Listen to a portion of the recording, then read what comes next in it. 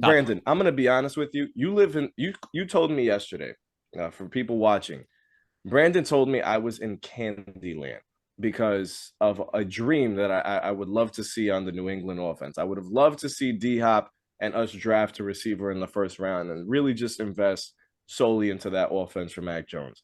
Brandon said I'm living in Candyland, and then goes on to tell me that a trio of DeAndre Hopkins, Kendrick Bourne, and Tyquan Thornton is enough for Bill O'Brien, Mac Jones, and the Patriots, which is absolute nonsense. Because if D Hop goes down, we instantly first off, there's no depth there. Kendrick Bourne didn't prove nothing to you in year two with the Patriots. You want to blame Patricia? That's fine. But there was nothing proven to you to be like, this guy belongs as our number 2 wide receiver easily. No, he is not. He's at best a 3. We have a 2 now in Juju. You have to invest in a 1. You have to get D Hop.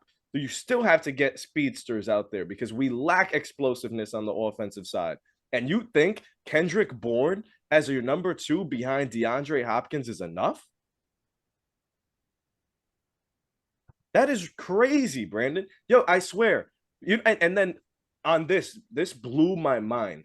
This is where I couldn't respond to Brandon, and I meant to respond to this message when he says we overachieved last year.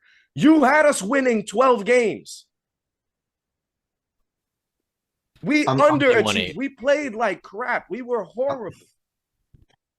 You're not all right. First off, overachieved. You're not understanding when I said overachieved. Yes, one man's opinion could have been what it was. The overall opinion of the NFL universe was the Patriots are probably the third or worst team in that entire division. People thought the Patriots were dead in the water. Okay, so yes, they did actually overachieve. In my book, maybe no, what I had them. But in other people's books, they over freaking achieved because nobody expected them to have as many wins as they did and compete like they did. Now, what I'm going to say to this, DeAndre Hopkins, Kendrick Bourne, Tyquan Thornton, that's not enough. It's not enough. What if Hopkins go down? What are we predicting injuries for? Nobody knows that. What if Patrick Mahomes goes down? What if Patrick Mahomes goes down? Brandon thinks Tom Brady is still in New England. No, how do I think that? Tom Brady is there. I think you guys forget you have Juju Smith-Schuster, so the Kendrick Bourne stuff doesn't matter. You get yourself a great number 2. Now you're just one piece away at wide receiver. Hold on. How do I think Tom Brady is still in New England? Explain. You have this confidence that we are still the class of the AFC East. We are not. Since when? What do you mean since when? We literally got waxed by Buffalo in the playoffs 2 years ago. Yeah. And then every time we played them since, they have ran over us. Okay. Since Tom Brady left, this is not our AFC East anymore. But when have I said that it is our AFC East still? I'm saying the way that you talk and because we still have Bill Belichick. The comments, the Jets are gonna jet. They are gonna jet. I still expect the Jets to jet. I still expect that doesn't mean that I expect the Jets to take off too, BC. Hold on. No, that's not what I mean. I like what you did there. When I say the Jets are gonna jet, it's not me saying the Patriots are still the class of the AFC East. It's me saying I believe the Jets are gonna just be the Jets at the end of the day, even if they get Rodgers or not. It'll be better than us. Yeah, it's yet to be seen because they still haven't beaten us in how many games? How many games? All right. So, and yes, they got Aaron Rodgers, but we still got a freaking elite defense. All right. We still got Bill Belichick. Maybe the most underrated defense in the NFL. That's what I'm saying. People still underrate our defense. I talk about our defense so glowingly, Justin, because we still have a class defense. Our defense is still class. Our offensive line, interior-wise, is great. Our tackles, we're working on them right now. Our running back, Ramondre Stevenson, he's taking a step forward, man. Fumble issues a little bit. Those can get put back. But he's taking a lot of step forwards, and he's explosive. Receiving-wise, Kendrick Bourne, we talked about it for the entire season and before the season. When this guy gets the ball in his hands, he makes plays. He was underutilized and put in the doghouse week after week after week by Patricia, Joe Judge, and whoever else. All right. disrespecting him, not letting him get any playing time. And when he did, he would drop the pass because he's not in rhythm. He's not prepared. He's not ready for that because you're not using him. You're like, all right, go out there. I haven't freaking played. Look at what. And all right, come back, and now you don't play the rest of the game. How do I get a rhythm? How do I get a rhythm? So now he can. I do believe he can be a very good number 2. He's a playmaker. We got D-Hop. I don't predict injuries. I'm not doing that. I'm going off of everybody's healthy because that's how you do it. Because and D-Hop's been one of the most durable players of the last decade. Yes, he got injured, but he's been durable.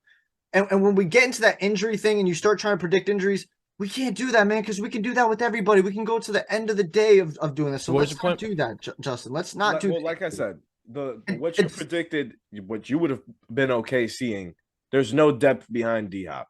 It's just D-Hop or die. I'm not saying that's it. Like, obviously, we would maybe draft a receiver in the 2nd or 3rd round, but I like those. I want to see what Tyquan Thornton's got because he did make a couple plays for us last season when he was on the field. And I feel like you forget what season we just went through, Justin, with the headaches week after week with Matt Patricia and Joe Judge calling the offense. We got Bill O'Brien. He's proven with us. Right. He's Houston, not the GM, which is Alabama. He's been with Mac Jones. Comfortable, familiarity. He can make you don't think he can elevate Kendrick Bourne and put him into better situations? Tyquan Thornton, DeAndre Hopkins, Hunter Henry, you still have Ramondre Stevenson. Schuster. He's an elite number 2. Okay, and Juju too. I understand, but we're just going back and forth like this. Listen, I don't want. I did go real hard on Juju. He's one of the most disrespected players, like Aaron Rodgers, dude. Yeah, but because he does stupid stuff, John. All right, when you're like the what TikTok, stupid stuff did he go on that Super Bowl run? It's the TikToks, John. It's the TikTok stuff, John. Bro? He was that was a receiver by committee job for the Kansas City Chiefs. Andy Reid could pull you out of the freaking stands and say, "Go get me like 30 yards." All right, because he just scheme it up, and that's no disrespect to Juju, but we know that offense ran through Mahomes and Kelsey. That was the offense. Juju was a nice piece. He was great in Pittsburgh, wherever they asked him to do. When he was the number 2, he was great. When he was asked to be the number 1, did he ever get 1,000 yards? When he was healthy in Pittsburgh as the slot in 2021, did he ever get he was 1,000 yards when he was the number 1? He had 800 and 900 in his rookie season. Brandon, the answer is no. The answer is no. Okay, I'm fine if Juju is our number 2. My whole point with you guys is why I was so angry and why I went on a tirade is that we don't need a freaking number 2. Our whole issue for the last how many years? We need a 1. How many times have we said it? How many times does it need to be said? Why sign a 2 when you need a 1? And if you want to keep a 2, we had one. He was right freaking there. We could have it for the same money. Maybe because Bill Belichick thought of Juju a little bit more than Jacoby Myers. Maybe that game versus the Raiders was you get more in the yak department from Juju than you do from Jacoby. And with all due respect to Jacoby. Like Jacoby had a better season than Juju this year. He played less games and had literally just. All right, let's get into some nerd talk. How's Jacoby as a blocker? Because Juju is a amazing run blocker. He's a willing blocker. That's all that I Juju's like. great. He's a willing blocker. Juju's also one of the toughest receivers in the league that can play in the slot. He can work on the outside as number 2. So can Jacoby. And he's one of the best teammates, I feel like, that was in that Pittsburgh Jacoby locker. Myers. The guy went from a quarterback to receiver. If that doesn't show you willingness and the value of being a great teammate, I don't know what does. He was 0 for 1 when it counted this year as quarterback, so. But all right, again, that's just like, all right, that means nothing to me right now because we're arguing between them two. He made a bad play, and that we all know that wasn't fully his fault. You're gonna hold that against him? I'm just. No, you're not. So I don't know why you brought it up. He just wanted to. Yeah. You just wanted to take a shot because you were getting beat in the argument, and you needed to take a shot to get out of it. Juju's a better player. He's. I would give him a slight edge. He's more proven than Jacoby. More proven, correct. And he's played with Ben Roethlisberger and Patrick frickin' Mahomes. He's also played with Mason Rudolph and Duck Hodges.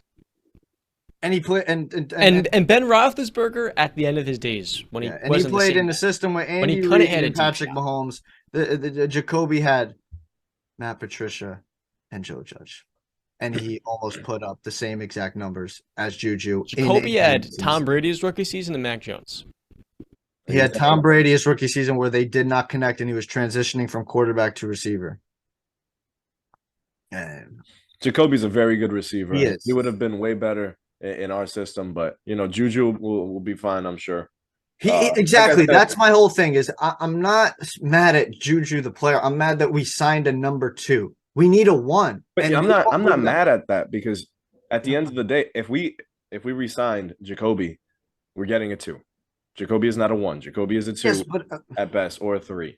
And at the end of the day, you got to make that move now, because you have time to negotiate a deal for DeAndre Hopkins. I don't know how you see that fitting in the cap right now. I really don't. We've never splurged. When have the Patriots? And that's the thing. So, BC, 2 years ago, things need to change. We did it 2 years ago, and what happened? Yeah, because we brought in guys. D-Hop is not those guys that we brought in. I'm not saying that. I'm just saying we've only splurged once, and we see how it played out. I don't see us. Can learn from his lessons. You'd hope. But it's just I don't see us putting that much money into the wide, or Belichick putting that much money into the wide receiver position. I really don't. When this why are you it's a run first team. We're a run first team, guys. You remember that, right? We're a run first team. The Patriots are run first. We work off of play action. So real quick, I'm confused. Are you upset that they didn't sign Jacoby, or do you want them to sign Jacoby? Because either way, they're giving him a 3-year, $33 million deal the way they just did. It's the point where I'm mad that because now I just feel like we're not going to get D-Hop.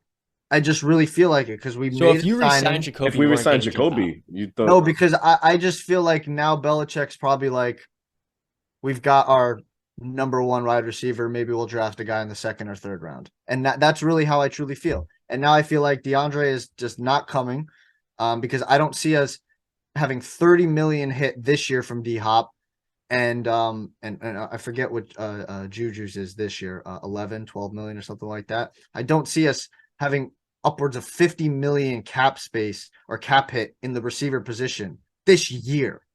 That's ridiculous. I just don't see that, man. So that's why it was like, I wanted D-Hop, and if we were going to let Jacoby go, then we get D-Hop and we can draft a receiver in the 2nd, 3rd round. I would have been much happier than that, than what I think our current plan is. The only way I can see us not making a move for D-Hop is if we draft a receiver in the 1st round. Have to go get a game changer immediately. Juju doesn't move the needle. We're in the same spot where we were last year. I'm sorry. That's what I'm saying. And then that's the move you need to go get a guy. Making. I don't think Belichick thinks very differently than everybody else. I think that he thinks he can make Juju work. Bill O'Brien probably thinks he can get a lot out of Juju. He can be their number 1, and I just don't see it, man. I feel like we're not getting D-Hop. I truly do believe that we're not getting D-Hop now. That's why another reason why I'm so upset, because we just needed to get that number 1 receiver position out of the way. We got it, and now we can work from there. And I do see you're coming from a little bit, because they signed James Robinson to a 2-year, $8 I'm not mad at that. I would have rather I'd rather draft a running back, but I'm not. It's max value $8 million, so it's probably less than that. Sure. You probably won't actually see the full $8 million.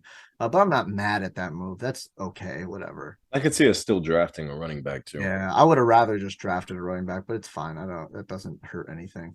Yeah, because Damon Harris is probably gone.